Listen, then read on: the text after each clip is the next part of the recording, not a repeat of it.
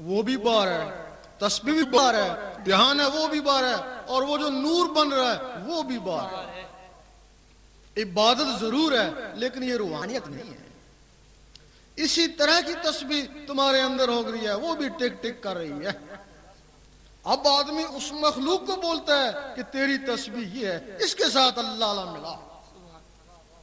جب اس کے ساتھ اللہ اللہ ملتی ہے پھر اللہ اللہ بھی اندر، دھیان بھی اندر، اور وہ جو نور بنا وہ بھی اندر۔ یہ روحانی ابتدا ہے۔ 3 سال تک آدمی اس ٹک ٹک کے ساتھ اللہ اللہ ملاتا ہے، کبھی ملتی ہے کبھی ہٹتی ہے، کبھی ملتی ہے کبھی ہٹتی ہے۔ 3 سال کے بعد اتنی پختہ ہو جاتی ہے کہ آدمی ڈٹ کر سوتا ہے اور وہ اللہ اللہ کرتا رہتا ہے۔ اس وقت سید سلطان بو رحمۃ اللہ فرماتے ہیں کچھ جاگ دے سوتے ہو تو کچھ سوتے ہوں جاگ دے ہو۔ کچھ لوگ ایسے ہیں جو جاگ کر ساری رات عبادت کرتے ہیں لیکن سوئے ہوئے میں شامل، اور کچھ لوگ بستروں پر سو رہے ہیں ان کے دل اللہ اللہ کر رہے ہیں۔ حضور پاک فرماتے ہیں ہم سوتے ہیں ہمارے دل نہیں سوتے۔ یہ مرتبہ مل گیا۔ اب ان ٹک ٹکوں کا کیا کام ہے؟ یہ باہر کی تسبیح صرف ٹک ٹک کرتی ہے اور اس کا کوئی کام نہیں ہے۔ وہ جو اندر کی ٹک ٹکیں ہیں ان کو بہت زبردست کام ہے۔ وہ خون کو آگے دھکیلتی ہیں، نس نس میں پہنچاتی ہیں، پھر خون دل میں آتا ہے، پھر خون کو نس نس میں پہنچاتی ہیں۔ 24 گھنٹے ان کا یہی کام ہے۔ اب اس ٹک ٹک کے ساتھ اللہ اللہ مل گیا، اب اللہ اللہ اس ٹک ٹک کے ذریعے نس نس میں چلا جاتا ہے، پورے خون میں چلا جاتا ہے۔ جب پورے خون میں چلا جاتا ہے اس وقت شاہ ولی اللہ فرماتے ہیں تو ایک دفعہ اللہ کرے گا تجھے 3.5 کروڑ اللہ اللہ کرنے کا ثواب ملے گا۔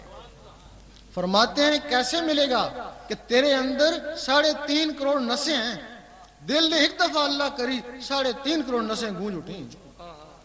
سلطان صاحب فرماتے ہیں 72,000 اور ثواب ملے گا اگر ایک دفعہ دل اللہ کہے تو، کہ یہ جو تیرے مساں میں جہاں سے پسینہ آتا ہے یہ 72,000 ہوتے ہیں۔ دل نے ایک دفعہ اللہ کری 72,000 آوازیں یہاں سے بھی گونجی۔ پھر علامہ اقبال نے فرمایا پھر خدا بندے سے خود پوچھے بتا تیری رضا تیرا شاہی میرا شاہی، گوہر شاہی گوہر شاہی، دین نبی کا سچا دائی، گوہر شاہی گوہر شاہی۔ خدا بندے سے خود پوچھے بتا تیری رضا کیا ہے، اور خودی کا مطلب سمجھایا کہ خودی کا سرے نہاں لا الہ الا اللہ۔ تو لا الہ الا اللہ کا اتنا ذکر کر لوگ کہیں مجنون ہو گیا اور منافق کہیں ریاکار ہے۔ پھر کسی ایک اور شہر نے یہ بھی کہہ دیا گناہگار پہنچے در پاک پر زاہد و پارسا دیکھتے رہ گئے۔ بھائی وہ زاہد و پارسا کیسے دیکھتے رہ گئے اور گناہگار کیسے پہنچ گئے؟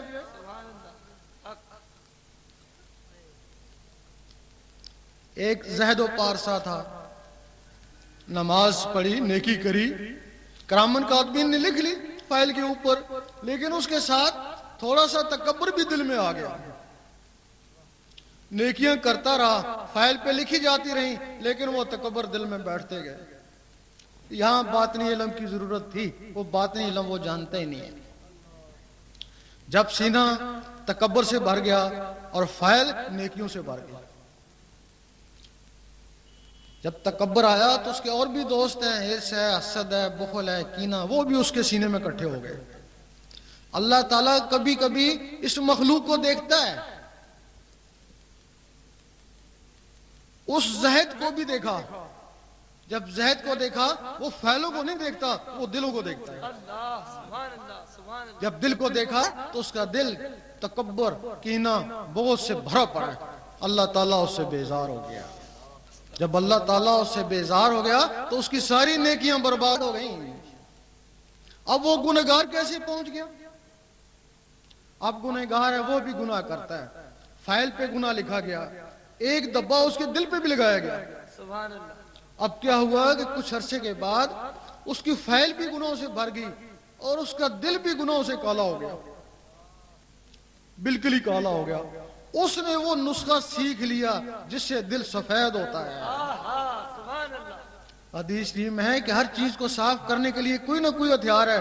دل کو صاف کرنے کے لیے ذکر اللہ. اب اس نے اللہ اللہ کرنا شروع کر دی. ہر وقت اللہ اللہ, دل سے اللہ اللہ کرنا شروع کر دی. اللہ اللہ کرنے سے اس کا دل سفید ہو گیا. اب وہ فائل کو ٹھیک نہیں کر سکتا, لیکن اپنے دل کو اس نے سفید کر لیا. اب اللہ تعالیٰ نے اس کے دل کو بھی دیکھا. جب اس کو دیکھا تو اس کے اوپر مہربان ہو گیا. جب اس کے اوپر مہربان ہو گیا اور فائل لکھی کی لکھی رہ گئی, اور اللہ اللہ کرنے والوں میں ایک اور صفت آ جاتی ہے, کیونکہ اللہ تعالیٰ بہت ہی سخی ہے, اور جو اللہ اللہ کا ذکر کرتا ہے وہ بھی سخی ہو جاتا ہے. اب بہت کنجوس آدمی کو اللہ اللہ کے ذکر میں لگا دیں, تھوڑے دن بعد پتہ چلے گا کہ بہت ہی سخی ہو گیا.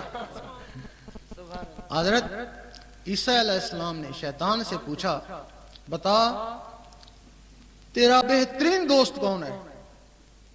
وہ کہنے لگا کہ کنجوس عابد. کہ وہ کیسے؟ کہ اس کی عبادت کو اس کی کنجوسی رائے گاں کر دیتی ہے.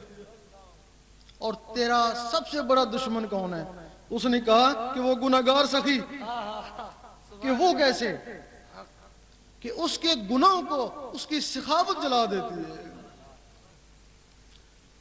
جب کوئی شخص اس اللہ اللہ میں یہاں تک پہنچتا ہے, اس کے نس نس میں اللہ اللہ چلا جاتا ہے, اس کے خون میں اللہ اللہ چلا جاتا ہے, تو کسی کے دل پر لفظ اللہ درج ہو جاتا ہے. کچھ عرصہ ہوا, ترکی میں ایک آدمی کے دل کا آپریشن ہوا, اس کے دل کے اوپر لفظ اللہ لکھا ہوا تھا. یہ خبر اخباروں میں بھی آئی تھی. خواجہ بہاؤالدین نقشبند رحمۃ اللہ لوگوں کے دلوں پہ لفظ اللہ نقش کر دیتے, لوگوں کو نظر آتا, تب ان کو نقش بندی کہتے ہیں. نعرہ تکبیر, اللہ اکبر, نعرہ رسالت, یا رسول جو اللہ, ہو نہ عشق مصطفیٰ تو زندگی فضول ہے. اور جس کے دل پہ لفظ اللہ لکھ دیا گیا, قرآن مجید فرماتا ہے کچھ بندے ایسے ہیں جن کے دلوں پہ ایمان لکھ دیا, اور کچھ لوگ ایسے ہیں جن کے دلوں پہ مدینہ شریف درج ہو جاتا ہے, سبحان اللہ, پھر وہ کہیں بھی ہے مدینے میں ہے. کچھ لوگ ایسے ہیں جن کے دلوں میں خانہ کعبہ بس جاتا ہے. ایک دفعہ مجدد الفسانی رحمت اللہ نے دیکھا کہ باطنی مخلوق جن, موکل, ملائک وغیرہ ان کو سجدہ کر رہے ہیں. آپ بڑے گھبرائے کہ استدراج تو نہیں ہو گیا, کیونکہ سجدہ تو انسان کو جائز ہی نہیں. آواز آئی, گھبراؤ نہیں, یہ تمہیں سجدہ نہیں کر رہے, جو تمہارے اندر خانہ کعبہ بس کا یہ اس کو سجدہ کر رہے ہیں. سبحان اللہ. اور جب رابعہ بصری رحمت اللہ کے سینے میں خانہ کعبہ بسا, تو اس خانہ کعبہ کو حکم ہوا کہ جا جا کے اس کا طواف کر.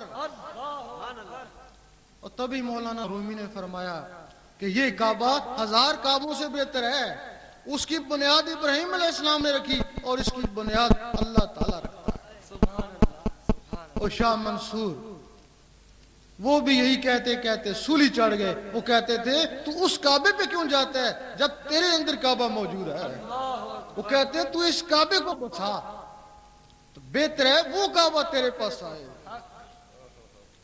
اور انہی لوگوں کے لیے قرآن مجید فرماتا ہے حبل الورید کہ میں ان کی شارک کے بھی نزدیک